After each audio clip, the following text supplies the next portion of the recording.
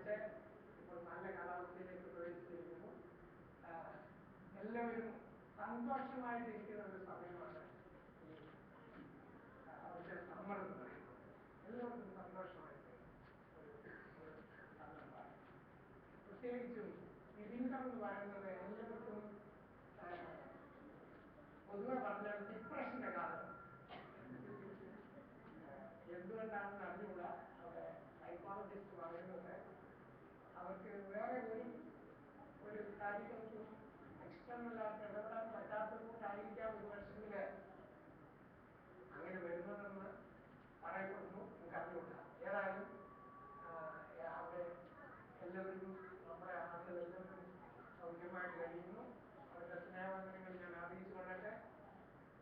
വീണ്ടും നമ്മുടെ ഭവനത്തിലെ കടന്നുവന്ന് ആരാധനയിൽ സംബന്ധിച്ചതിൽ വളരെയധികം സന്തോഷമുണ്ട്. പ്രത്യേകിച്ചും ഇവിടെ കൊച്ചു പിള്ളേര് ചാലഞ്ച് അവരുടെ തീർത്ഥത്തിൽ ഉപയോഗിച്ച് അവരവരുടെ പെർഫോമൻസ് ഒക്കെ ഇമ്പ്രൂവ് ചെയ്തുകൊണ്ട് വരുന്നതിനായിട്ട് നമുക്ക് സ്തോത്രം ചെയ്യാം. എല്ലാ ഗിറ്റാറിസ്റ്റ്, ഓർഗനിസ്റ്റ്, ഡ്രമ്മിസ്റ്റ് ഒക്കെ ഇങ്ങനെ ഉയർന്നു വരുന്ന കണ്ടിൽ വളരെയധികം സന്തോഷമുണ്ട്. ഒരു കാലത്ത് നമ്മുടെ ഈ കൂട്ടായ്മ തുടങ്ങിയ കാലത്ത് നമ്മുടെ വെളിയിൽ നിന്നും പേ ചെയ്ത ആളുകളെ കൊടുത്ത് ഇവിടെ ഓർഗനിസ്റ്റായിട്ടൊക്കെ ഇവിടെ സഹായിച്ചതായിട്ട് നമ്മൾ ഓർമ്മല്ലോ. എന്നാൽ ഇന്ന് നമുക്ക് ആവശ്യത്തിന് ആളുകളെ മുമ്പോട്ട് വന്നിട്ടുണ്ട്. അവർക്കപ്പോൾ അവസരം കൊടുക്കാനുള്ള പ്രയാസമായിരുന്നു ആരംഭിച്ചിട്ടുള്ളത്. ദൈവത്തിന്റെ നാമം വാഴ്ത്തപ്പെടട്ടെ. ഓരോരുത്തർക്കും കിട്ടിയ താലന്തുകളെ ദൈവനാമം വാഴ്ത്തത്തിന് വേണ്ടി ഉപയോഗിക്കണം എന്നാണ് ദൈവം ആഗ്രഹിക്കുന്നത്. അതിൽ അവർ വർദ്ധിച്ചു വരട്ടെ. അതുപോലെ ട്വൽത്തിനെയും മാർക്ക് കേട്ടത് എല്ലാവർക്കും നല്ല മാർക്ക് കിട്ടി. നല്ല അവര് പഠിച്ചു വരുന്ന കാണുന്നതിൽ സന്തോഷമുണ്ട്. ഔദ്യോഗികമായിട്ടുള്ള കാര്യങ്ങളിൽ ഉയർന്നു വരുന്നത് കാണുമ്പോൾ അവയ്ക്കും അതുപോലെ മാതാപിതാക്കന്മാർക്കും എല്ലാം സന്തോഷമുള്ള ഒരു കാര്യമാണ്. എന്നാൽ ഈ ഭൗതികമായിട്ടുള്ള നന്മകൾ നമ്മൾ അനുഭവിക്കുമ്പോൾ നമ്മുടെ ജീവിതത്തിൽ ആയാലും കുഞ്ഞുങ്ങളുടെ കാര്യത്തിലായാലും അവർ ഉയർച്ച വരുന്നത് നമുക്ക് സന്തോഷമുള്ള കാര്യമാണ്. പക്ഷേ പലരും ഈ മോഡേൺ സൊസൈറ്റിയിലെ ക്രിസ്തീയ ലോകത്തിൽ പ്രത്യേകിച്ച് കരിസ്മാറ്റിക് ഗ്രൂപ്പിൽക്കാരുടെ കുഞ്ഞുങ്ങളെ വേദപുസ്തകം പഠിപ്പിക്കുന്നതിന് വളരെയധികം വ്യക്തത കാട്ടുന്നില്ല എന്നുള്ളൊരു പരമാർത്ഥം കിടക്കുന്നു. അത് വെസ്റ്റേൺ കൺട്രീസിലാണെങ്കിൽ അതിനുള്ള സാഹചര്യങ്ങൾ മാതാപിതാക്കന്മാർക്ക് മാത്രമേ ഉള്ളൂ. വേറെ ആർക്കും അതിനുള്ള ആവശ്യമില്ല. കാരണം സൺഡേ സ്കൂളില്ല, സ്കൂളിൽ പഠിപ്പിക്കുന്നില്ല. അങ്ങനെയുള്ള സാഹചര്യങ്ങൾ മൂലം ഇന്ന് വളരെയധികം മോറലായിട്ട് അമേരിക്കയും കാനഡയും വെസ്റ്റേൺ കൺട്രീസ് എല്ലാം അധപ്പതിച്ച് വളരെയധികം കുടുംബജീവിതങ്ങളും കുഞ്ഞുങ്ങളുടെ കാര്യത്തിലും വളരെയധികം വ്യാകുലപ്പെട്ട് കഴിയുന്ന ഒരു സൊസൈറ്റിയാണ് നമുക്ക് കാണാൻ കഴിയുന്നത്. എന്നാൽ നമുക്ക് പ്രത്യേകിച്ച് കുവൈറ്റിലെ നാട്ടിൽ കൂടുതൽ കിട്ടാത്ത സ്വാതന്ത്ര്യം തന്ന് നമ്മളെ അനുഗ്രഹിച്ച് നമ്മുടെ കുഞ്ഞുങ്ങളെ വേണ്ട വിധത്തിൽ ദൈവീയമായ കാര്യങ്ങളിൽ ഉത്സാഹിപ്പിച്ച് മുമ്പോട്ട് കൊണ്ടുവരാനൊക്കെ ഉള്ള സാഹചര്യങ്ങൾ നമുക്ക് ദൈവം തന്നിരിക്കുന്നതിനായിട്ട് സ്തോത്രം ചെയ്യാം. ഇത് മറ്റെങ്ങും ലഭിക്കുന്നില്ല. ആഗ്രഹിക്കുക. ദൈവത്തിന്റെ വചനം പറയുന്നത് കുഞ്ഞുങ്ങളെ എന്റെ അടുത്തും വരുവാൻ വിടുകയും അവരെ തടയരുത്. ദൈവരാജ്യം കുഞ്ഞുങ്ങളെ നമ്മൾ തടയുക ചെയ്യുന്നു ഇല്ലേ? അവർ യേശുവിന്റെ അടുത്തേക്ക് ചെല്ലുവാൻ തടയരുതെന്നാണ് പറഞ്ഞിരിക്കുന്നത്. എങ്ങനെയാണ് നമ്മൾ തടയുന്നത്? കൂട്ടായ്മയ്ക്ക് പോകേണ്ട സമയത്ത് ട്യൂഷൻ ഇല്ലേ? നമ്മൾ വളരെയധികം ചിന്തിക്കണം. വേദപുസ്തകം പറയുന്നത് നമ്മൾ അവരെ തടയരുത്. മാതാപിതാക്കന്മാരെ കുഞ്ഞുങ്ങളെ ദൈവസന്നിധിയിലേക്ക് ചെല്ലുവാൻ തടയരുത്. ദൈവം അവരെ അവരെ നമുക്ക് തന്നിരിക്കുന്ന ഗിഫ്റ്റാണ്. ദൈവം അവരെ നമ്മളെ ഹിൻഡർ ചെയ്യണമെന്നാണ് അവിടെ പറഞ്ഞത്. ദൈവത്തിനെതിരേക്ക് വരിക. മറ്റെല്ലായിടത്തും കാണുന്നത് ഇവിടെയല്ല, നമ്മൾ എല്ലായിടത്തും ലോകത്ത് നമ്മൾ നോക്കിയാൽ കുഞ്ഞുങ്ങളെ അതിനനുവദിക്കുന്നില്ല. നമുക്ക് ആ അവസ്ഥ ഉണ്ടാകരുത്. ദൈവത്തിനെതിരേക്ക് യേശുവിലേക്ക് കുഞ്ഞുങ്ങളെ നയിക്കുവാൻ തക്കവണ്ണം നമുക്ക് ഓരോരുത്തർക്കും ഇടയാകട്ടെ. അങ്ങനെ ഒരു പുതിയ തലമുറ ഉയർന്നു വരുമ്പോൾ നമ്മൾ ഉൾപ്പെട്ടിരിക്കുന്ന ഭവനവും സഭയും ദൈവത്തിന്റെ സഭയും അതുപോലെ രാജ്യവും അനുഗ്രഹിക്കും. അതിനുവേണ്ടി നമുക്ക് പ്രാർത്ഥിക്കാം. അതുപോലെ ഇന്ന് ഇങ്ങനെ ഒരു മീറ്റിംഗ് ക്രമീകരിക്കുവാൻ തക്കവണ്ണം എല്ലാ ദിവസവും കൂടെ ചേർന്ന് മീറ്റിംഗ് ക്രമീകരിക്കാൻ തക്കവണ്ണം ഇടയായതിൽ ഞാൻ സന്തോഷിക്കുന്നു. അതുപോലെ എല്ലാവരെയും ഒന്നുകൂടെ കണ്ട് നേരത്തെ ഉള്ള ആ സ്നേഹബന്ധം പുലർത്തുവാൻ തക്കവണ്ണം എല്ലാവരും ഉത്സാഹിക്കണമേ. അതിനാഗ്രഹിക്കുന്നു. തീർച്ചയായും എല്ലാവരും കണ്ട് ശേഷം മാത്രമേ കടന്നു പോകാനും സ്നേഹത്തോടെ ഓർമ്മിക്കുന്നു. അതിനുവേണ്ടിയാണ് നമ്മളിവിടെ ഒന്നിച്ച് ഇത് കഴിഞ്ഞിട്ട് ലഞ്ച് കഴിക്കുവാനായിട്ട് ഇവർ ക്രമീകരിച്ചിരിക്കുന്നത്.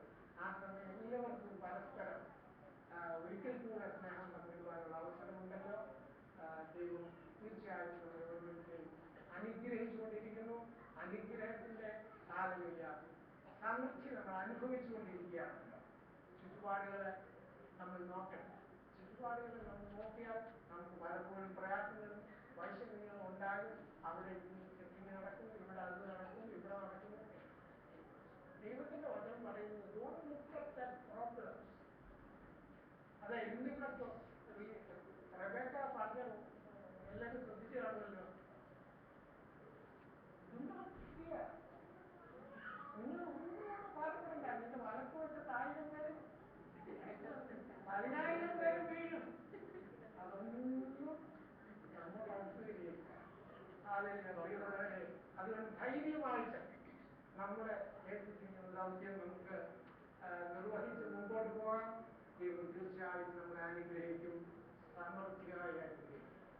യേശു കടന്നു വന്നത് ജീവൻ നൽകുവാനും സമൃദ്ധിയായ ജീവൻ നൽകുവാനുമാണ്. അത് ആംഗ്ലിക്കൻ ബൈബിളിൽ പറഞ്ഞിരിക്കുന്നത് to enjoy life. He came to give us life abundantly. അതിന് വേറെ പരിഭാഷ പറഞ്ഞിരിക്കുന്നത് എൻജോയ് ലൈഫ്.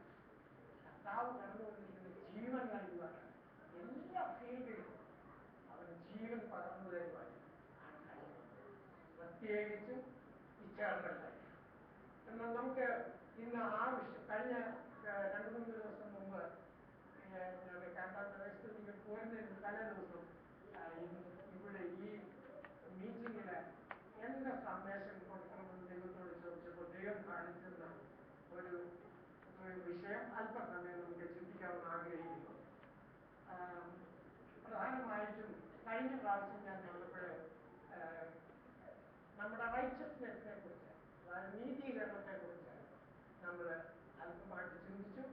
അത് എല്ലാവരും അതിൽ നിലനിൽക്കുന്നു എന്ന് മാത്രം നമുക്ക് ഇനി ചിന്തിക്കാം. അതിനുവേണ്ടി നമുക്ക് ഒരു വേദഭാഗം വായിക്കാം. യെശയ്യാ പ്രവചനം 54-ാമത്തെ അധ്യായം, അതിന്റെ 14, 15, 16, 17 വാക്യങ്ങൾ വായിക്കും. നീതിയാൽ നീ സ്ഥിരമായി നിൽക്കും, നീ പീഡനത്തോടകന്നിരിക്കും, നിനക്ക് ഭയപ്പെടുവാനില്ലല്ലോ. ഭീഷണിയോട് നീ അകന്നിരിക്കും, അത് നിന്നോട് അടുത്ത് വരികയില്ല. ഒരുത്തൻ നിന്നോട് കലശൽ കൂടുന്നു എങ്കിൽ അത് എന്റെ ഹിതപ്രകാരമല്ല. ആരെങ്കിലും നിന്നോട് കലശൽ കൂടിയാൽ അവൻ നിന്റെ നിമിത്തം വീഴും. തീക്കനലൂടി പണി ചെയ്ത് ഓരോ ആയുധം തീർക്കുന്ന കൊല്ലനെ ഞാൻ സൃഷ്ടിച്ചിരിക്കുന്നു. നശിപ്പിക്കാൻ സംഹാരകനെ ഞാൻ സൃഷ്ടിച്ചിരിക്കുന്നു. നിനക്ക് വിരോധമായി ഉണ്ടാക്കുന്ന യാതൊരു ആയുധവും ഫലിക്കയില്ല. ന്യായവിസ്താരത്തിന് വിരോധമായി എഴുന്നേൽക്കുന്ന എല്ലാ നാവിനെയും നീ കുറ്റം വരിക്കും. യഹോവയുടെ ദാസന്മാരുടെ അവകാശവും എന്റെ പക്കൽ നിന്നുള്ള നീതിയും ഇത് തന്നെയാകുന്നു എന്ന് യഹോവ അരുളിച്ചെയ്തു. ആമേൻ. നമുക്ക് ആ ഭാഗം ഒന്ന് ഓടിച്ച് ചിന്തിച്ച് നോക്കാം. അതിന്റെ 14-ാമത്തെ വാക്യത്തില് ഇങ്ങനെ പറയുന്നു, നീതിയാൽ നീ സ്ഥിരമായി നിൽക്കും. ഇന്നത്തെ നമ്മുടെ വിഷയം എന്താണെന്ന് ചോദിച്ചാൽ എസ്റ്റാബ്ലിഷ് യുവർ റൈറ്റ്സ്നെസ്, നീതിയിൽ നിലനിൽക്കും. നമ്മൾ പലപ്പോഴും പറയാറുണ്ട് രക്ഷാനിർണയം പ്രാപിച്ച് ജീവിക്കണം. രക്ഷാനിർണയം അതിന് സാധാരണ രക്ഷാനിർണയമെന്ന് പറയാറുണ്ട്. വാസ്തവത്തിൽ അത് നീതിയിൽ നിലനിൽക്കുക എന്നുള്ളതാണ്. Stay or establish your rights. നമ്മുടെ നീതീകരണത്തിൽ നമ്മൾ നിലനിൽക്കുന്നാൽ എങ്ങനെയാണ് നമ്മൾ ജീവിക്കുന്നത് എന്നുള്ളത് ആണ് താഴോട്ട് പറഞ്ഞിരിക്കുന്നത്. അതിൽ നമ്മുടെ പാർട്ട് എന്താണ്? അതായത് പുതിയ നിയമസഭയിൽ ദൈവ മക്കൾക്ക് എന്താണ് പാർട്ടുള്ളത്? അതാണ് നമുക്ക് പ്രധാനമായിട്ടും ചിന്തിക്കാറുള്ളത്. 14-ാമത്തെ വാക്യത്തിൽ പറഞ്ഞിരിക്കുന്നു, നീതിയാൽ നീ സ്ഥിരമായി നിൽക്കും. അങ്ങനെ നിന്നാൽ പീഡനത്തോട് നീ അകന്നിരിക്കും. പീഡനത്തോട് നീ അകന്നിരിക്കും. You will be far away from oppression, from the devil എന്ന് പല തരത്തിലും അതിനെ ട്രാൻസ്ലേറ്റ് ചെയ്തിട്ടുണ്ട്. നീതിയിൽ നീ നിലനിന്നാൽ Satan will stand far away from you. നീതീകരണം പ്രാപിച്ച വിശ്വാസി ദൈവസന്നിധിയിൽ, നീതീകരണം എന്ന് പറഞ്ഞാൽ അത് നമുക്കിപ്പോൾ എക്സ്പ്ലെയിൻ ചെയ്യാൻ പറ്റത്തില്ല, ദൈവത്തിന്റെ സന്നിധിയിൽ കളങ്കമില്ലാത്തവനാകുക, അതാണ് നീതീകരണം. നിഷ്കളങ്കനായിട്ട് ദൈവം ഡിക്ലെയർ ചെയ്യുക, അതായത് ദൈവം നമുക്ക് ഗിഫ്റ്റായിട്ട് തരുന്നതാണ് നീതീകരണം. By his grace. അതാണ് രക്ഷ എന്ന് നമ്മൾ വേറെ മലയാള വാക്കിൽ പറയുന്നത് സാൽവേഷൻ. ഈ നീതീകരണം പ്രാപിച്ച നമ്മൾ അതിൽ ഉറച്ചു നിൽക്കണമെന്നാണ് അവർ പറയുന്നത്. അങ്ങനെ ഉറച്ചു നിൽക്കുന്ന വിശ്വാസത്തെ സംബന്ധിച്ചിടത്തോളം പീഡനം അല്ലെങ്കിൽ Satan will stand far away from you എന്നാണ് ഇവിടെ പറഞ്ഞിരിക്കുന്നത്. നിനക്ക് ഭയപ്പെടുവാനില്ല. Do not afraid. പ്രകാശ പറഞ്ഞ അത് തന്നെയാണ്. Do not afraid.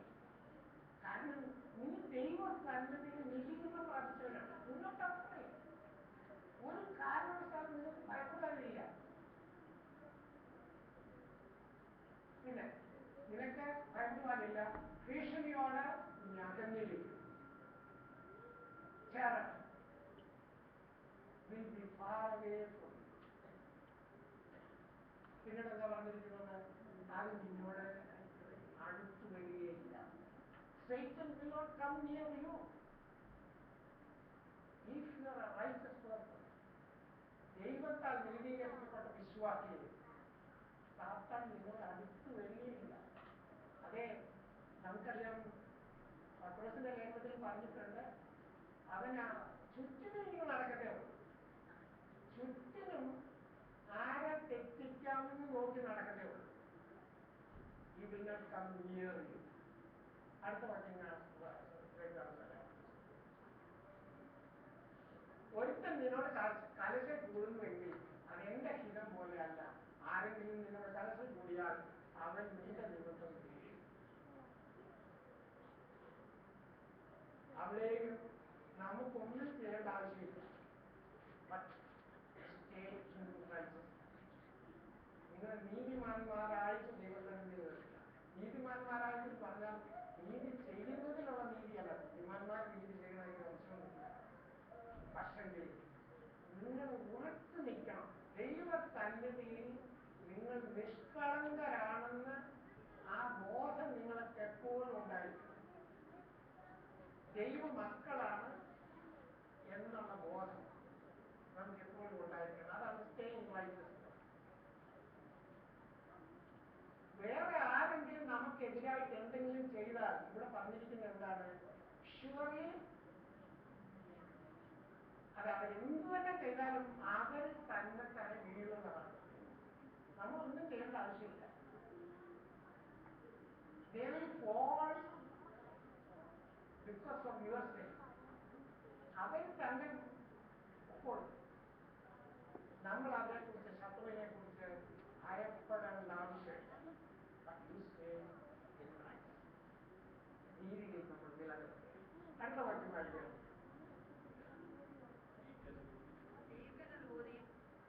പണിഞ്ഞ തോറും ആയുധം തീർക്കുന്ന കൊല്ലനെ ഞാൻ സൃഷ്ടിച്ചിരിക്കുന്നു. ഇവിടെ പറഞ്ഞിരിക്കുന്നത് ആ വാക്യം മുഴുവൻ വായിച്ചാൽ നമുക്ക് ദൈവം ഓരോന്നിനെയും സൃഷ്ടിച്ചിരിക്കുന്നത് ഓരോ ഉദ്ദേശത്തോടു കൂടിയാണ്. അത് മാത്രം നമുക്കിവിടെ മനസ്സിലാക്കിയാൽ മതി. അടുത്ത വാക്യത്തിലേക്ക് നമുക്ക് കടക്കാം. നിനക്ക് വിരോധമായി ഉണ്ടാക്കുന്ന യാതൊരു ആയുധവും ഫലിക്കുകയില്ല. നിനക്ക് വിരോധമായി വരുന്ന യാതൊരു ആയുധവും ഫലിക്കുകയില്ല. ദൈവസന്നിധി നിഷ്കളങ്കരായിരിക്കുക. അതായത് വിശ്വാസിയെ സംബന്ധിച്ചിടത്തോളം അവന് ദൈവം ഡിക്ലെയർ ചെയ്തതാണ് righteousness. ദൈവം നമുക്ക് ഗിഫ്റ്റായിട്ട് തന്നതാണ്. യേശുക്രിസ്തു നമ്മുടെ പാപങ്ങൾ ഏറ്റെടുത്ത് നമ്മളെ നീതീകരിച്ചു. അത് ക്രിസ്തു എങ്ങനെ ദൈവസന്നിധി നീതിമാനായിരിക്കുന്നു അതുപോലെ നമ്മുടെ പാപങ്ങൾ എടുത്ത് ക്രിസ്തു ഏറ്റെടുത്ത് കഴിഞ്ഞപ്പോൾ നമ്മൾ അതേ അവസ്ഥയിലായി. ക്രിസ്തുവിന്റെ righteousness is our righteousness. അല്ലെങ്കിൽ ക്രിസ്തുവാണ് നമ്മുടെ righteousness. 1 Corinthians 1-30 വാക്യത്തിൽ പറഞ്ഞിട്ടുണ്ട്, He is our righteousness. He is our redemption. He is our wisdom. അപ്പം നമ്മളെ അങ്ങനെ ആ അവസ്ഥയിലാണെങ്കിൽ പിന്നീട് ഒരായുധവും നമുക്കെതിരായിട്ട് ശത്രു ഉണ്ടാക്കുന്ന ഒരായുധവും ഫലിക്കുകയില്ല. നമ്മൾ വിശ്വസിക്കണം. ആമേൻ. പിന്നെ പിന്നീടെന്താ പറഞ്ഞേക്കുന്നത്?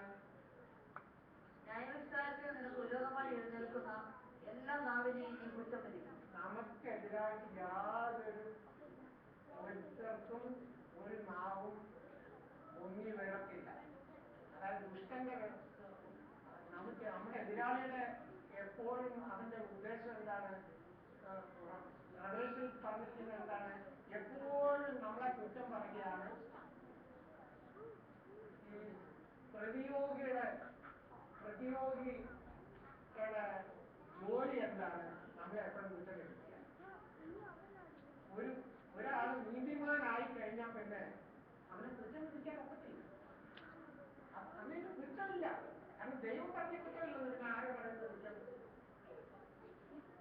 റോമാലേഖനത്തിൽ പ്രത്യേകം പറഞ്ഞിട്ടുണ്ട്, ദൈവം നീതിമാനാണ്. ദൈവം നീതീകരിച്ചവനെ ആരും കുറ്റം വിധിക്കും? ഒരിക്കലും കുറ്റം വിധിക്കാൻ ഒക്കത്തില്ല.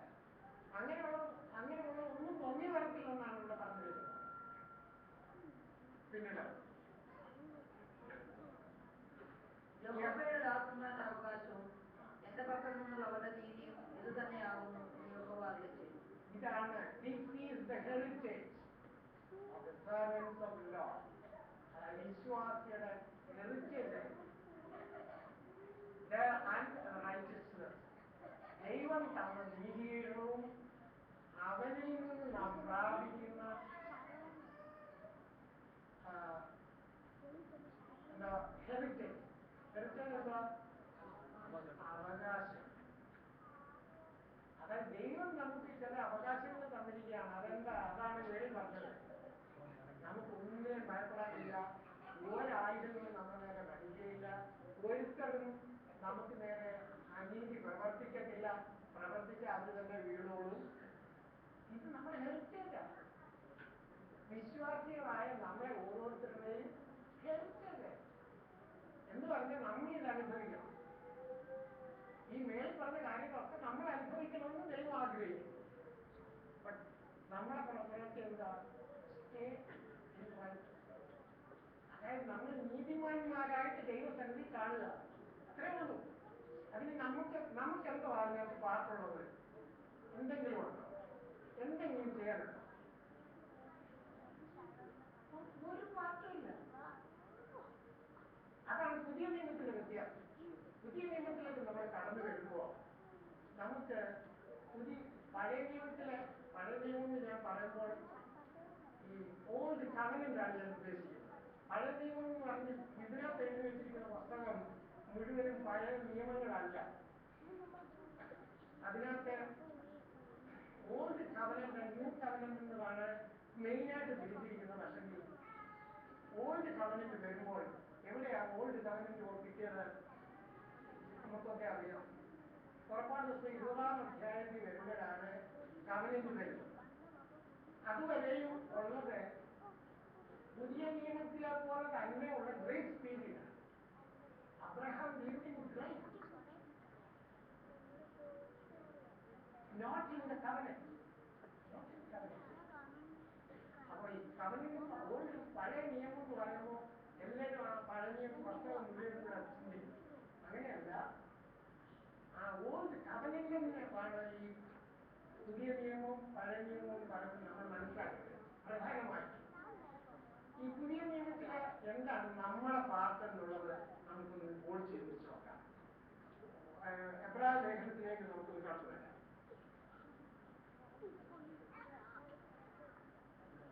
എബ്രായ ലേഖനം അതിന്റെ 8-ാം അധ്യായം.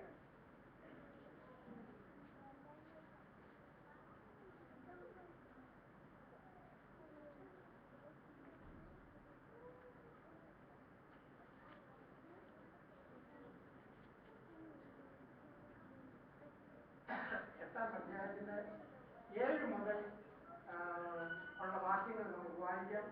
അതിനകത്ത് 8 മുതലാണ് കാര്യങ്ങൾ പറഞ്ഞിരിക്കുന്നത്. 7 മുതലാണ് നമുക്ക് വായിച്ചില്ല. ഒന്നാമത്തെ നിയമം കുറവില്ലാത്തതായിരുന്നു എങ്കിൽ രണ്ടാമത്തതിന് ഇടം അന്വേഷിക്കുകയില്ലായിരുന്നു. ഒന്നാമത്തെ നിയമം കുറവില്ലാത്തതായിരുന്നെങ്കിൽ രണ്ടാമത്തെ ആവശ്യമില്ലായിരുന്നു എന്ന് പറഞ്ഞാൽ പഴയ നിയമം ഓൾഡ് കവനന്റ് കുറവുള്ളതല്ല എന്ന് വേദപുസ്തകം പറയുന്നതാണ്. അത് കുറവ് എന്താണെന്ന് ചോദിച്ചാൽ അതിനാൽ ആർക്കും രക്ഷപ്പെടാൻ പറ്റത്തില്ല, അത്രേ ഉള്ളൂ. അത് വിശുദ്ധമാണ്. വേദപുസ്തകം നമ്മളെ പഠിപ്പിക്കുന്നത് അത് വിശുദ്ധമാണ്. ദൈവത്തിൽ നിന്ന് വന്ന കൽപ്പനകളാണ്. അത് കുറവുള്ളതെന്ന് പറഞ്ഞാൽ അതുകൊണ്ട് നമുക്ക് രക്ഷപ്പെടാൻ മാർഗമില്ല. പഴയ നിയമം എന്താണ് പഠിപ്പിക്കുന്നത്? നിയമങ്ങൾ ഓൾഡ് കവനന്റ്. ഓൾഡ് കവനന്റ് എന്താണ് പഠിപ്പിക്കുന്നത്? അത് ചെയ്യണം, ഇത് ചെയ്യണം, ഇത് ചെയ്യണം, എല്ലാം ചെയ്യണം ചില പട്ടിക. നീ അല്ലെങ്കിൽ കൽപ്പന കൊടുത്തിട്ട് പറഞ്ഞിട്ട് നിങ്ങൾ ചെയ്യണം. ചെയ്താൽ നിങ്ങൾ അനുഗ്രഹിക്കപ്പെടും. ഒരെണ്ണം ചെയ്താൽ പോരാ. ഒരെണ്ണം ചെയ്താൽ അതിനുള്ള അനുഗ്രഹം കിട്ടിയേ മതിയായിരുന്നു. പക്ഷെ അങ്ങനെയല്ല ഇതിനകത്ത് പറഞ്ഞിരിക്കുന്നത്. അതിൽ ഒരെണ്ണം തെറ്റിപ്പോയാൽ നിങ്ങൾക്ക് മുഴുവനും തെറ്റും. യാക്കോബിന്റെ പുസ്തകത്തിൽ പറഞ്ഞിട്ടുണ്ട്, ഒരെണ്ണത്തിൽ തെറ്റിയാൽ സകലതും. ഈ അനുഗ്രഹങ്ങളുടെ പട്ടിക പറഞ്ഞിരിക്കുന്ന ആവർത്തന പുസ്തകം 28-ാം അധ്യായത്തിന്റെ 1-ാമത്തെ വാക്യത്തിൽ എന്താ പറഞ്ഞിരിക്കുന്നത് പറഞ്ഞോട് കേൾക്കുന്നത്. ആവർത്തന പുസ്തകത്തില് അതിന്റെ 28-ാം അധ്യായത്തിന്റെ 1-ാമത്തെ വാക്യം എന്ന് പറയും.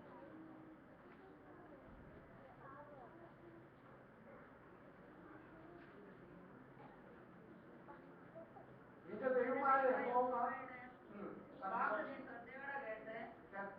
ഞാൻ ഇന്ന് നിന്നോട് ആജ്ഞാപിക്കുന്നത് അവന്റെ സകല കൽപ്പനകളും പ്രമാണിച്ചു നടന്നാൽ നിന്റെ ദൈവമായ യഹോവ നിന്നെ ഭൂമിയിലുള്ള സർവ്വജാതികൾക്കും കേട്ടാൽ മതി. സകലതും പ്രമാണിച്ചാണ്. ഒരെണ്ണം നിങ്ങൾ അനുഷ്ഠിക്കുന്നില്ലെങ്കിൽ വരുന്ന എന്താന്ന് പറഞ്ഞാൽ 16-ാമത്തെ വാക്യം 15-ാമത്തെ വാക്യം. എന്നാൽ നീ നിന്റെ ദൈവമായ യഹോവയുടെ വാക്ക് കേട്ട് ഞാൻ ഇന്ന് നിന്നോട് ആജ്ഞാപിക്കുന്ന അവന്റെ കൽപ്പനകളും ചട്ടങ്ങളും പ്രമാണിച്ച് നടക്കാഞ്ഞാൽ ഈ ശാപമൊക്കെ നിനക്ക് ഇതിൽ ഒരെണ്ണത്തിൽ തെറ്റിയാൽ ശാപം, ഇല്ലെങ്കിൽ അനുഗ്രഹം മുഴുവൻ ചെയ്താൽ. അപ്പൊ അങ്ങനെയാണ് പഴയ നിയമം. ഇതിൽ നിന്ന് നമ്മളെ വിടുവിച്ച് നമ്മൾ അലോയുടെ കീഴിലല്ല. നമ്മൾ റോമാലേഖനം ഗലാത്യലേഖനം നമ്മളെ പഠിപ്പിക്കുന്നത് no more under the law. ഇന്നലെ പാസ്റ്റർ ജോർജ് നമ്മളോട് പറഞ്ഞു തന്ന ഒരു വിഷയമാണ്. പ്രത്യേകിച്ചും we are not under the law. പാപത്തിന് അടിമകളല്ല നമ്മൾ. റോമാലേഖനം അതിന്റെ 6-ാം അധ്യായം 14-ാമത്തെ വാക്യത്തിൽ പറഞ്ഞിട്ടുണ്ട്, ഇനിയും നമ്മൾ പാപങ്ങൾക്ക് അടിമയ്ക്കായിട്ട് ജീവിക്കാനുള്ളവരല്ല. പാപം ഇനി നമ്മുടെ മേൽ കർത്തൃത്വം നടത്തുകയില്ല. വിശ്വസിച്ച് രക്ഷിക്കപ്പെട്ട് സ്നാനപ്പെട്ട ഒരു വ്യക്തിയിൽ പാപം കർത്തൃത്വം നടത്തുകയില്ല. അവിടെ 14-ാമത്തെ വാക്യം വായിച്ചിട്ട് 6-ന്റെ റോമാലേഖനം 6-ന്റെ നമ്മള് കൃപയ്ക്കാണ് അധീനരായിരിക്കുന്നത്. കൃപയ്ക്ക് എന്ന് പറഞ്ഞാൽ എന്ന് പറഞ്ഞാൽ നമുക്ക് റൈച്ചസ്നെസ് നീതീകരണം തന്നിരിക്കുന്നത് നമ്മളൊന്നും ചെയ്തിട്ടല്ല. ഇത് എ ഗിഫ്റ്റ് ഫ്രം ഗോഡ്. നമ്മുടെ പാപങ്ങൾ ഏറ്റുപറഞ്ഞ് നമ്മൾ ദൈവ പൈതലായി കഴിയുമ്പോൾ ദൈവം നമുക്ക് തരുന്നതാണ് റൈച്ചസ്നെസ്, നീതീകരണം. ഓക്കെ, വായിക്കാം. 14-ാമത്തെ വാക്യം വായിക്കാം. നിങ്ങൾ ന്യായപ്രമാണത്തിനല്ല കൃപയ്ക്കത്രേ അധീനരാകയാൽ പാപം നിങ്ങളിൽ കർത്തൃത്വം നടത്തുകയില്ലല്ലോ. Sin shall not have dominion over you. നീ ആരും തെറ്റ് ചെയ്തിട്ട് സാത്താൻ എന്നെ കൊണ്ട് ചെയ്യിച്ചത് പറയാം. If you are a believer. ഇന്നലെ പാസ്റ്റർ പ്രത്യേകം എടുത്ത് പറഞ്ഞു, നമ്മൾ ഒരിക്കലും സാത്താനെ ഇനി കുറ്റം പറയും തെറ്റിയത് പറയും. കാരണം not under the dominion of heaven. Once we were, രക്ഷപ്പെടുന്നതിന് മുമ്പ് നമ്മളെല്ലാം സാത്താന്റെ അടിമകളായിരുന്നു. അവൻ പറയുന്ന പോലെ ചെയ്തോണ്ടിരുന്ന. കാരണം നമ്മളെല്ലാം പാപികളായിരുന്നു, അവന്റെ അടിമകളായിരുന്നു. അവൻ പറയുന്ന പോലെ നല്ല അവന് ഒരിക്കലും നല്ലത് ചെയ്യാൻ ഇല്ലല്ലോ, നല്ല ചെയ്യുന്ന പരിപാടി അവനുള്ളതല്ല. അങ്ങനെ ചെയ്തിരുന്ന നമ്മളെ യേശു വീണ്ടെടുത്തു. ആ അടിമയുടെ മുഖത്തെ അവൻ ക്രൂശിൽ പറഞ്ഞു നമ്മളെല്ലാം സ്വതന്ത്രരായി. ആ സ്വാതന്ത്ര്യത്തിൽ നമ്മൾ നിലനിൽക്കണമെന്ന് ഗലാത്യ ലേഖനം നമ്മളെ പറയും. ആ സ്വാതന്ത്ര്യത്തിൽ നിലനിൽക്കുക. കാരണം നമുക്ക് ഇന്ന് ഈ വിഷയത്തിലേക്ക് കടന്നു വരാം. അതെ, അപ്പൊ അങ്ങനെ നമുക്ക് മനസ്സിലായല്ലോ പഴയ നിയമവും പുതിയ നിയമവും തമ്മിലുള്ള വ്യത്യാസം നമ്മൾ മെയിനായിട്ടുള്ള മനസ്സിലാക്കി. ഇനി 8-ാമത്തെ വാക്യം ആക്ഷേപിച്ചുകൊണ്ട് അരുളി ചെയ്യുന്നത്, ഞാൻ ഇസ്രായേൽ ഗ്രഹത്തോടും യഹൂദ ഗ്രഹത്തോടും പുതിയൊരു നിയമം ചെയ്യുന്ന കാലം വരും എന്ന് കർത്താവിന്റെ അരുളപ്പാട്. ഞാൻ അവരുടെ പിതാക്കന്മാരെ കൈക്ക് പിടിച്ച് മിസ്രയീം ദേശത്തു നിന്ന് കൊണ്ടുവന്ന നാളിൽ ഞാൻ അവരോട് ചെയ്ത നിയമം പോലെയല്ല, അവർ എന്റെ നിയമത്തിൽ നിലനിന്നില്ല, ഞാൻ അവരെ ആദരിച്ചതുമില്ല എന്ന് കർത്താവിന്റെ അരുളപ്പാട്. ഈ കാലം കഴിഞ്ഞ ശേഷം ഞാൻ ഇസ്രായേൽ ഗ്രഹത്തോട് ചെയ്യുവാനിരിക്കുന്ന നിയമം ഇങ്ങനെയാകുന്നു, ഞാൻ എന്റെ ന്യായപ്രമാണം അവരുടെ ഉള്ളിലാക്കി അവരുടെ ഹൃദയങ്ങളിൽ എഴുതും. ഞാൻ അവർക്ക് ദൈവമായി, അവർ എനിക്ക് ജനമായി ഇരിക്കും. ഇനി അവരിൽ ആരും തന്റെ കൂട്ടുകാരനെയും തന്റെ സഹോദരനെയും കർത്താവിനെ അറിയുക എന്ന് ഉപദേശിക്കുകയില്ല. അവർ ആബാലവൃദ്ധം എല്ലാവരും എന്നെ അറിയും. ഞാൻ അവരുടെ അകൃത്യങ്ങളെ കുറിച്ച് കരുണയുള്ളവനാകും. അവരുടെ പാപങ്ങളെ ഇനി ഓർക്കയുമില്ല എന്ന് കർത്താവിന്റെ അരുളപ്പാട്. ഇവിടെ പറഞ്ഞിരിക്കുന്നത് എന്താണ്? പുതിയ നിയമത്തിൽ നമ്മുടെ നിയമങ്ങൾ ഇവിടെ പറഞ്ഞിരിക്കുന്നത് ഇസ്രായേൽ ഗ്രഹത്തോട് ഞാൻ പുതിയൊരു നിയമം ചെയ്യും. അത് പുതിയ നിയമം എന്താണെന്നാണ് പറഞ്ഞിരിക്കുന്നത്.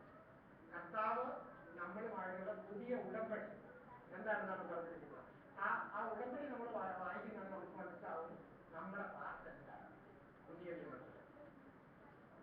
ഞാൻ അവരുടെ പിതാക്കന്മാരെ കൈക്ക് പിടിച്ച് ഇസ്രായേലിൽ നിന്ന് കൊണ്ടുവന്ന നാളിൽ ഞാൻ അവരോട് ചെയ്ത നിയമം പോലെ അല്ല. അന്നത്തെ നിയമം നമ്മൾ മുമ്പേ കാണിച്ചു. ഓക്കെ, അതുപോലെ അല്ല.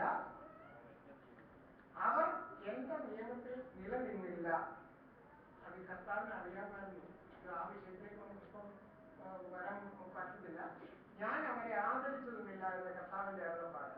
ഈ കാലം കഴിഞ്ഞ ശേഷം ഞാൻ ഇസ്രായേൽ ഗ്രഹത്തോട് ചെയ്യുവാനിരുന്ന നിയമം ഇങ്ങനെയാകുന്നു, ഞാൻ എന്റെ ന്യായപ്രമാണം അവരുടെ ഉള്ളിലാണ്. നമുക്ക് താഴോട്ട് വരുന്നത് നമുക്ക് മനസ്സിലാകും.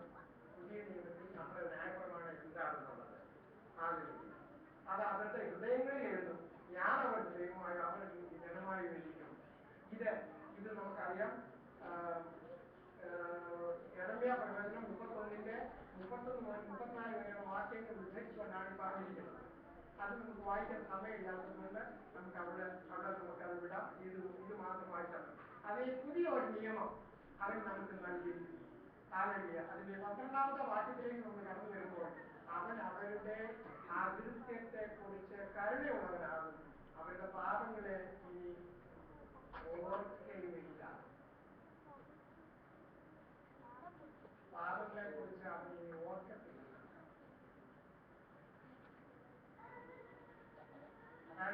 നമ്മള് ഈ പാപപങ്കിലമായ ലോകത്ത് ജീവിക്കുമ്പോൾ നമ്മൾ അറിയാതെ ചില പാപങ്ങളൊക്കെ ചെയ്തു അറിയാതെ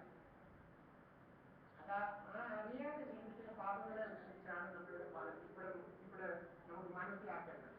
കാരണം നമ്മൾ പാപത്തിൽ തന്നെ ദൈവം പാപമാണ് നമ്മുടെ ഉള്ളിലുള്ള ദൈവത്തിന്റെ പരിശുദ്ധാത്മാവ് അത് ചെയ്യരുത് എന്ന് പറഞ്ഞിട്ട് പിന്നെ ആവർത്തിക്കുന്ന കാര്യം അറിയപ്പെട്ടാണ്.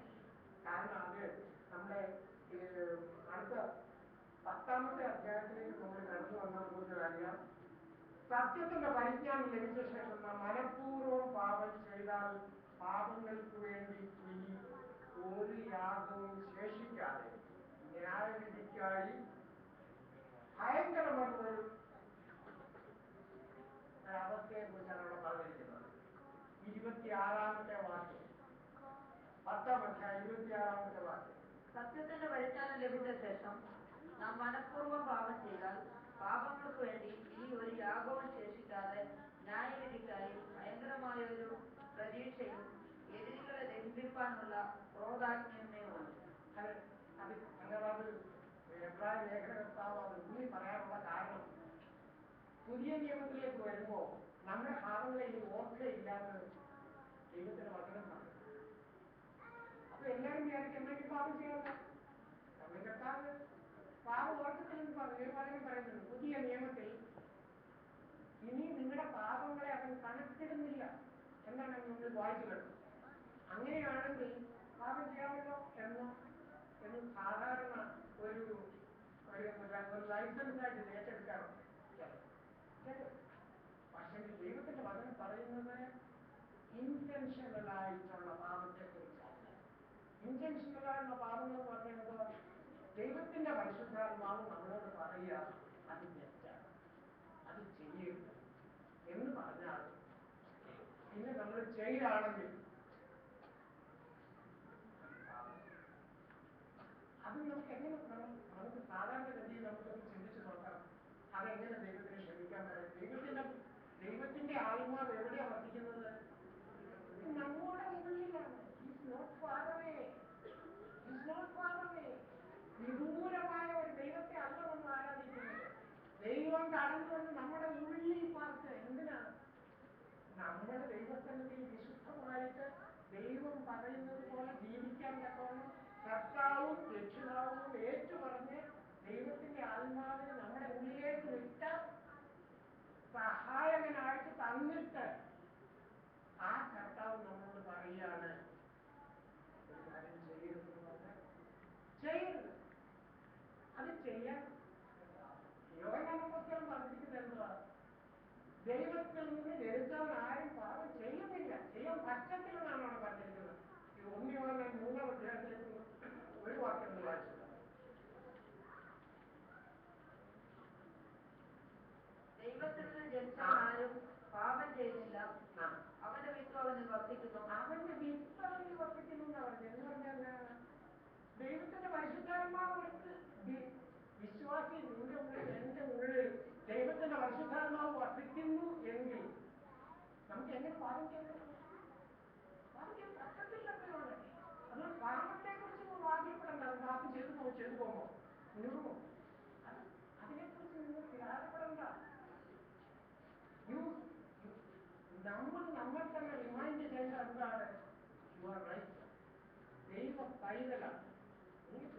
ദൈവത്തിന് നീതികരണം പ്രാപിച്ചവരാണ്. അതെപ്പോഴും നമ്മുടെ ഉള്ളത്തിൽ നമ്മളെ ഉണർത്തിക്കൊണ്ടിരിക്കുന്നത്.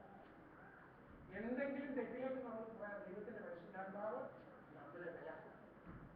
അത് നമ്മൾ ചെയ്യാതെ നമ്മൾ പാപത്തെ കുറിച്ച് വ്യാകുലപ്പെട്ട് കഴിയേണ്ട കാര്യമില്ല. ഓക്കെ, അങ്ങനെ ഇരിക്കുമ്പോൾ നമുക്ക്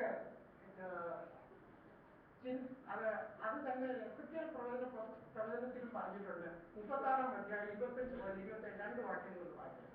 എഫെസ്യർ പ്രവചനം 36 25 26 27 വാക്യം.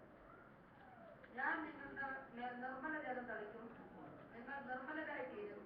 ഞാൻ നിങ്ങളുടെ സകല മലിനതയെയും സകല വിഗ്രഹങ്ങളെയും നീക്കി നിങ്ങളെ നിർമ്മലീകരിക്കും. ഞാൻ നിങ്ങൾക്ക് പുതിയൊരു ഹൃദയം തരും, പുതിയൊരു ആത്മാവിനെ ഞാൻ നിങ്ങളുടെ ഉള്ളിലാക്കും. നിങ്ങൾക്ക് പുതിയൊരു ഹൃദയം തരും. പുതിയൊരു ആത്മാവിനെ നമ്മളാരും ഒന്നും ചെയ്തിട്ടല്ല, ദൈവം നമുക്ക് തരുകയാണ്. ഒരു പുതിയ ഹൃദയം തരും. പിന്നെന്താ? പുതിയൊരു ആത്മാവിനെ, പുതിയ ഒരു ആത്മാവിനെ എന്ന് പറഞ്ഞ ദൈവത്തിന്റെ പരിശുദ്ധാത്മാവിനെ നമുക്ക് നൽകി തരും. ഞാൻ നിങ്ങളുടെ ഉള്ളിലാക്കും. അതെ, നിങ്ങളുടെ ഉള്ളിലാക്കും. കല്ലായുള്ള ഹൃദയം ഞാൻ നിങ്ങളുടെ ജഡത്തിൽ നിന്ന് നീക്കി. പഴയത് മുഴുവൻ വന്ന് കഴിഞ്ഞു പോയി. എന്താ പറഞ്ഞിരിക്കുന്നത്? പഴയതെല്ലാം കഴിഞ്ഞു പോയി. ഒരു പുതിയ ഹൃദയം നിങ്ങൾക്ക് നൽകി തരും. പിന്നെന്താ? ഞാൻ കല്ലായുള്ള ഹൃദയം ഞാൻ നിങ്ങളുടെ ജഡത്തിൽ നിന്ന് നീക്കി അതൊന്ന് മാറ്റി കളഞ്ഞിട്ട് മാംസമായുള്ള ഹൃദയം നിങ്ങൾക്ക് തരും. ഒരു പുതിയ ഹൃദയം നിങ്ങൾക്ക് നൽകി തരും. ഞാൻ എന്റെ ആത്മാവിനെ നിങ്ങളുടെ ഉള്ളിലാക്കി നിങ്ങളെ എന്റെ ചട്ടങ്ങളിൽ നടക്കുമാറാക്കും. ആത്മാവിനെ നിങ്ങളുടെ ഉള്ളിലാക്കി എന്റെ ചട്ടങ്ങളിൽ നടക്കുമാറാക്കും എന്ന് പറഞ്ഞാൽ ദൈവത്തിന്റെ പരിശുദ്ധാത്മാവിന് നമ്മുടെ ഉള്ളിൽ തന്നിട്ട് പരിശുദ്ധാത്മാവ് പറയുന്നത് പോലെ നമ്മൾ ജീവിക്കുവാൻ തക്കവണ്ണം നമ്മളെ പ്രാപ്തരാക്കും. നമുക്ക് നമ്മുടെ വിൽപ്പവർ ഉപയോഗിച്ച് നീതി പ്രവർത്തിച്ച് നമുക്ക് ദൈവത്തിന്റെ നീതീകരണം പ്രാപിച്ച് നീതിമാനായിട്ട് ജീവിക്കാൻ പറ്റത്തില്ല. Only by the help of the Holy Spirit. Holy Spirit is helper. നമ്മുടെ ഹെൽപ്പാണ്. നമുക്ക് ഏത് അവസ്ഥയിൽ നമുക്ക് ഹെൽപ്പ് ചെയ്യാൻ തക്കോണം നമ്മുടെ കൂടെ. അതിനാണ് വിദൂരതയിലല്ലാതെ നമ്മുടെ ഹൃദയങ്ങളിൽ നാം തന്നെ ദൈവം വസിക്കാൻ തക്കോണം തിരഞ്ഞെടുക്കുന്നത്. കാരണം നമുക്ക് അതുപോലെ ഹെൽപ്പ് ആവശ്യമാണ്.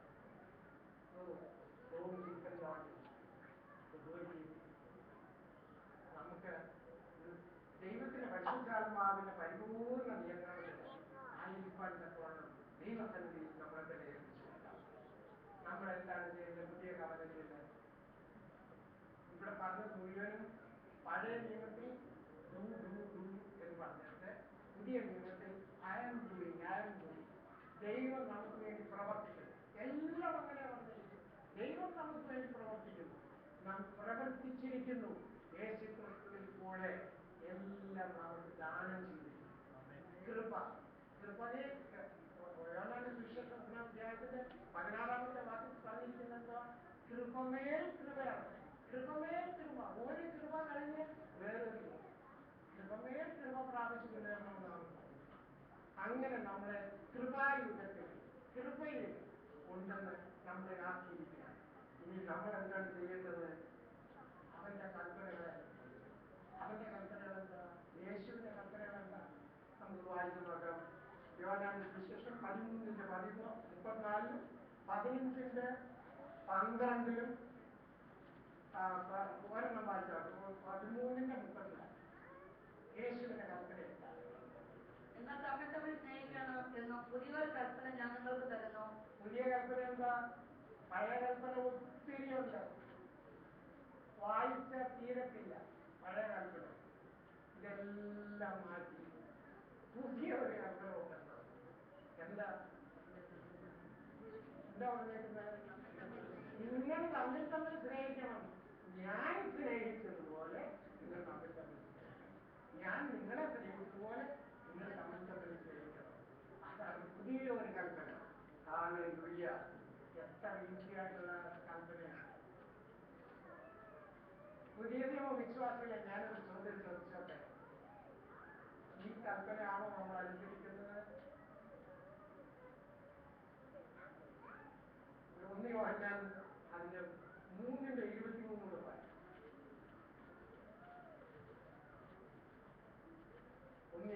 അവന്റെ കൽപ്പനയോ അവന്റെ പറഞ്ഞിരിക്കുകയാണ്. യേശുവിന്റെ കൽപ്പന എന്താണ്? അവന്റെ പുത്രനായ യേശു ക്രിസ്തുവിന്റെ നാമത്തിൽ നാം വിശ്വസിക്കുകയും. ഒന്ന്, യേശു ക്രിസ്തുവിൽ വിശ്വസിക്കുക. അവന്റെ കൽപ്പന എന്താണ്? ഒന്നാമതായിട്ട് യേശു ക്രിസ്തുവിൽ വിശ്വസിക്കുക. യേശു ക്രിസ്തുവിൽ വിശ്വസിക്കുക എന്ന് പറഞ്ഞാൽ എന്താ?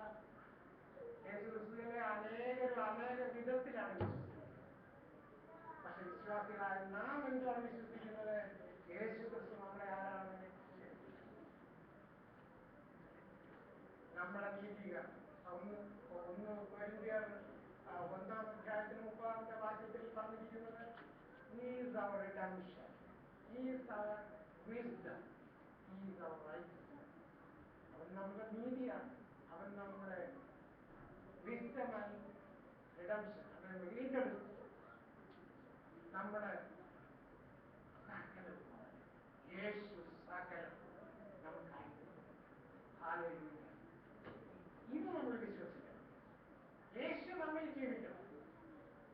നമ്മൾ വിശ്വസിക്കുന്നത് യേശുവിനെ വിശ്വസിക്കാന്ന് പറയുമ്പോൾ യേശു നമ്മളെ വീണ്ടെടുത്തു രക്ഷകനായി എന്നുള്ളത് മാത്രമല്ല, യേശു നമ്മളിൽ ജീവിക്കുന്നു എന്നുള്ളത് ജീവിക്കാൻ അനുവദിക്കും. പുതിയ നിയമ വിശ്വാസികളായ നമ്മൾ അതാണ് ചെയ്യാറുള്ളത്. അതെ, വാക്കുകൾ വായിക്കും.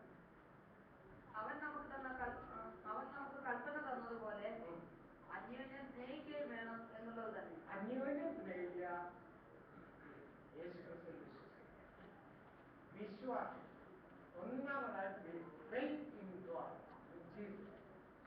യേശുവിൽ വിശ്വസിക്കുക, രണ്ടാമതായിട്ട് തമ്മിൽ തമ്മിൽ. ഈ രണ്ട് കാര്യങ്ങളെ പുതിയ നിയമത്തിൽ നമ്മൾ ചെയ്യാൻ പാടില്ല. അവന്റെ കൽപ്പനയായിട്ട് നമുക്ക് തന്നിരിക്കുന്നു. ഹല്ലേലൂയ. ഇത് നമുക്ക് സാധിക്കുമോ? ഇത് നമ്മൾ സാധിക്കുന്നു എങ്കിൽ മുമ്പെല്ലാം പറഞ്ഞതുപോലെ യോഹന്നാന്റെ സുവിശേഷം 1:16 പറഞ്ഞിരിക്കുന്നത് പോലെ നാം കൃപമേൽ കൃപ പ്രാപിക്കും. കൃപമേൽ കൃപ പ്രാപിക്കും. നമ്മൾ വേറെ ഒന്നും ചെയ്യാൻ പറഞ്ഞിട്ടില്ല. ദൈവം യേശുക്രിസ്തു നമ്മളിൽ പ്രവർത്തിക്കാൻ നമ്മൾ അനുവദിക്കുക. അവന്റെ നിർണയപ്രകാരം, അവന്റെ ആലോചന പ്രകാരം നമ്മൾ ജീവിക്കുക. യേശുവിൽ വിശ്വസിക്കുക, അവന്റെ കൽപ്പന അനുസരിക്കുക. അവന്റെ കൽപ്പന എന്താണ്? അവൻ നമ്മെ സ്നേഹിച്ചതുപോലെ നാം തമ്മിൽ തമ്മിൽ സ്നേഹിക്കുകയാണ്. ഹല്ലേലൂയ. ഹല്ലേലൂയ. ഇത് മാത്രമാണ് നമ്മുടെ പാർട്ട്. രണ്ട് പാർട്ടേ ഉള്ളൂ. ഹല്ലേലൂയ. ഹല്ലേലൂയ. ഇത് നമുക്ക് സാധിക്കുമെങ്കിൽ നമ്മൾ ദൈവത്തിൽ നിന്ന് കൃപമേൽ കൃപ പ്രാപിക്കും. ഹല്ലേലൂയ. കൃപ എന്ന് പറഞ്ഞാൽ അൺമെറിറ്റഡ് ഗിഫ്റ്റ്. ദൈവം നമുക്ക് തരുന്ന. ഹല്ലേലൂയ. ഇത് പ്രാപിക്കുക, അനുഭവിക്കുക. ദൈവം നമുക്ക് തന്നിരിക്കുന്ന സ്വാതന്ത്ര്യം, നമുക്ക് തന്നിരിക്കുന്ന എല്ലാ ദൈവത്തിന്റെ, അതായത് സ്പിരിച്വൽ റിലേഷൻ നമ്മളെ എഫെസ്യരും 1-ാം അധ്യായത്തിൽ പറഞ്ഞിരിക്കുന്നത് എന്തുവാ? നമ്മുടെ സ്വർഗത്തിലെ സകല അനുഗ്രഹങ്ങളാണ് നമ്മളെ അനുഗ്രഹിച്ചിരിക്കുന്നത്. സ്പിരിച്വൽ റിലേഷൻ സ്വർഗത്തിലെന്ന് പറയുമ്പോൾ എല്ലാവരും, ഞാൻ ഉൾപ്പെടെ എല്ലാവരും ചിന്തിച്ചിരിക്കുന്ന സ്വർഗത്തിൽ നല്ല അനുഭവമായിരിക്കും. അത് വെച്ച് നമ്മളെ അനുഗ്രഹിച്ചിരിക്കുകയാണെന്നാണ് ഞാനിങ്ങനെ വിചാരിച്ചത്. പക്ഷെ ഇംഗ്ലീഷ് വായിച്ചു നോക്കിയാൽ അറിയാം, in spiritual realm you are blessed with all these. അത് നമ്മൾ സ്ഥാപിക്കണം. Spirit is much more powerful. Natural levelത്തെക്കാട്ടിൽ പവർഫുൾ ആണ് സ്പിരിച്വൽ level. സ്പിരിച്വൽ levelത്തിൽ നമുക്കിതെല്ലാം തന്നിരിക്കാം.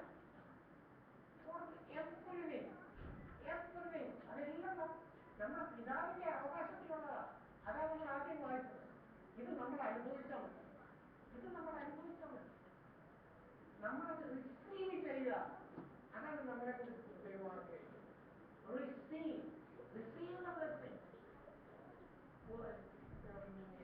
വീട്ടിലെ കാര്യം പറഞ്ഞാല്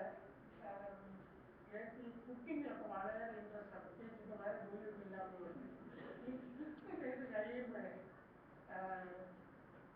അത് നല്ല സ്വാദോടുകൂടി ഭക്ഷിക്കുന്ന കാണുമ്പോഴേ തീർച്ചയായിട്ടും ഈ ഉണ്ടാക്കിയൊക്കെ നമ്മൾ അനുഭവിച്ചതാണ്. ഞാനത് കണ്ടുകൊണ്ടിരിക്കുന്നതുകൊണ്ടാണ്.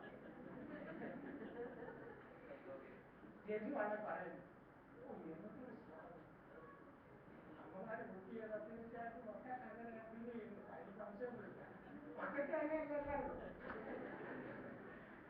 അപ്പൊ ജഡു പറയും, നമ്മുടെ ഇന്നത്തെ കുക്കിംഗ് എന്തും നല്ല രുചിയാണ്. ഇത് പറയുമ്പോൾ മകളുടെ മുഖത്തോടൊന്നും നോക്കണം. ഇത് ഞാൻ പറഞ്ഞിരിക്കുകയാണ്. യേശുക്രിസ്തു നമുക്ക് വേണ്ടി തന്നിരിക്കുന്നത് നമ്മൾ അനുഭവിക്കുമ്പോൾ യേശുവിന്റെ മുഖം ഇങ്ങനെയായിരിക്കും. അവൻ സന്തോഷിക്കുകയാണ്.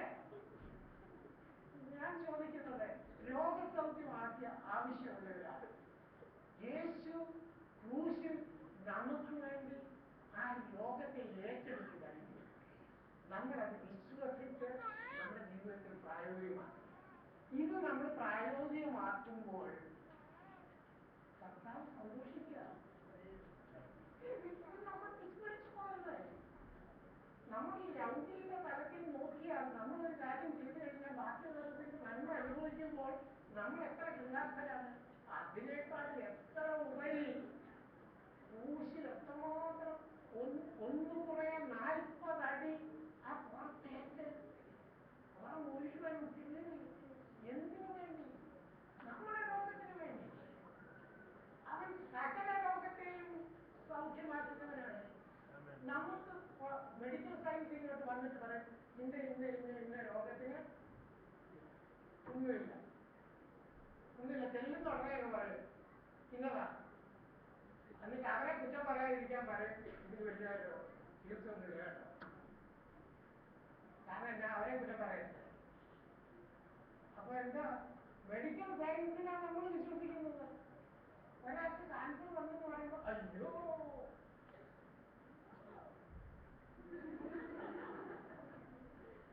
ഇത് നമ്മുടെ അവസ്ഥ. അങ്ങനെയാണെങ്കിൽ യേശു ഇത്രമാത്രം കഷ്ടപ്പെട്ടതെന്ന് അത് വെറുതെയായില്ലേ?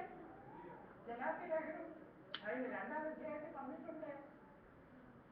അവന്റെ കൃപ നമ്മൾ വൃഥാവാക്കരുത്. അവന്റെ കൃപ വൃഥാവാക്കരുത്. അവൻ നമുക്ക് വേണ്ടി തന്നത്, നേടിത്തന്നത്, ക്രൂശിൽ പാടുപെട്ട് നേടിത്തന്നത് നമ്മൾ അനുഭവമാക്കണം. അപ്പോൾ അവൻ കൃതാർത്ഥനാണ്. ദൈവം സന്തോഷിക്കും. നമ്മൾ അവന്റെ അഗോപനപുത്രൻ നമുക്ക് നേടിത്തന്ന് അനുഭവിക്കുമ്പോൾ ദൈവം സന്തോഷിക്കും. ഇത് നമ്മൾ മറന്നുപോകില്ല. ഹല്ലേലൂയ. നമുക്ക് ഒരു നിമിഷം നമുക്ക് എഴുന്നേറ്റ് നിൽക്കാം. Hallelujah, hallelujah. ദൈവത്തിന്റെ ആത്മാവ് നമ്മളോട് പറയുന്നത് പുതിയ നമ്മൾ വിശ്വാസിക്കും. നമ്മുടെ പ്രവർത്തനങ്ങളിൽ വ്യാപകമായിരുന്ന് അവന്റെ കൃപ നമ്മുടെ വൃഥാവാക്കും. നമ്മൾ അനുഭവിക്കേണ്ടപ്പോഴും ദൈവം നമുക്ക് നൽകി തന്നത് നമ്മൾ അനുഭവിക്കണം. അതനുഭവിക്കുമ്പോൾ നമ്മൾ യേശുക്രിസ്തുവിൽ വിശ്വസിച്ച് ഹല്ലേലൂയ നമ്മൾ രോഗസൗഖ്യം പ്രാപിക്കുമ്പോൾ ദൈവം സന്തോഷിക്കും. ഈ ദൈവത്തിന്റെ ഹല്ലേലൂയ ദൈവത്തിന്റെ ആഗ്രഹം നമ്മൾ സകലത്തിലും സൗഖ്യം പ്രാപിക്കണം. സകലത്തിലും നിങ്ങളുടെ ആത്മാവ് ശുഭമായിരിക്കുന്ന പോലെ സകലത്തിലും ശുഭവും സുഖവുമായിരിക്കണമെന്ന് ദൈവത്തിന്റെ ആത്മാവ് നമ്മളെ കുറിച്ച് അത് നമ്മൾ വിശ്വാസത്തിൽ പ്രാപിച്ചെടുക്കുമ്പോൾ ക്രൂശിൽ നമുക്ക് വേണ്ടി നേടിത്തന്നത് നമ്മൾ അനുഭവിക്കുമ്പോൾ പിതാവാം ദൈവം സന്തോഷിക്കും. നമുക്ക് നമ്മുടെ ജീവിതത്തിൽ മുൻപിൽ നോക്കാം. നമ്മളിത് അനുഭവിക്കുന്നുണ്ടോ? അനുഭവിക്കുന്നുവെങ്കിൽ നമ്മുടെ വിശ്വാസത്തിൽ ദൈവം സന്തോഷിക്കും. ലേഖനം 11-ാം അധ്യായത്തിന്റെ 6-ാമത്തെ വാക്യത്തിൽ പറഞ്ഞിരിക്കുന്നു, വിശ്വാസം കൂടാതെ ആർക്കും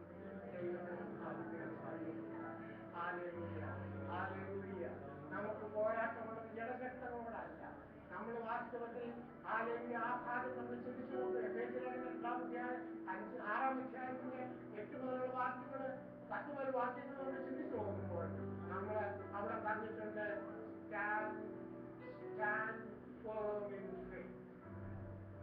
അവന്റെ നമ്മുടെ പോരാട്ടം എന്ന് പറയുന്നത് വിശ്വാസത്തിന്റെ പോരാട്ടമാണ്. അത് നമ്മൾ പ്രത്യേകം മനസ്സിലാക്കണം. വിശ്വാസത്തിന്റെ പോരാട്ടം. Stand firm. അവൻ തന്നിരിക്കുന്ന ആയുധങ്ങൾ നമ്മൾ പരിശോധിച്ച് നോക്കിയ എല്ലാം വിശ്വാസത്തിന്റെ. സാല്വേഷൻ, ബ്രസ്റ്റ് അത് അവന്റെ പിയമ്പുകളെ ചെറുക്കുവാൻ തക്കണം വിശ്വാസം. ഇതെല്ലാം നമ്മുടെ പോരിന്റെ ആയുധ വസ്ത്രങ്ങൾ നമ്മുടെ സോൾജർ അണിയുന്നത് നോക്കിയാൽ എല്ലാം വിശ്വാസത്തിന്റെ പടച്ചട്ടയാണ് നമ്മൾ അണിയുന്നത്. വിശ്വാസം, ആ വിശ്വാസം നമ്മൾ അണിയണം. അതെല്ലാം നോക്കിയാലും യേശുവാണ് സകലം. നമ്മുടെ സുവിശേഷം യേശുവാണ്, നമ്മുടെ പരിചയം യേശുവാണ്.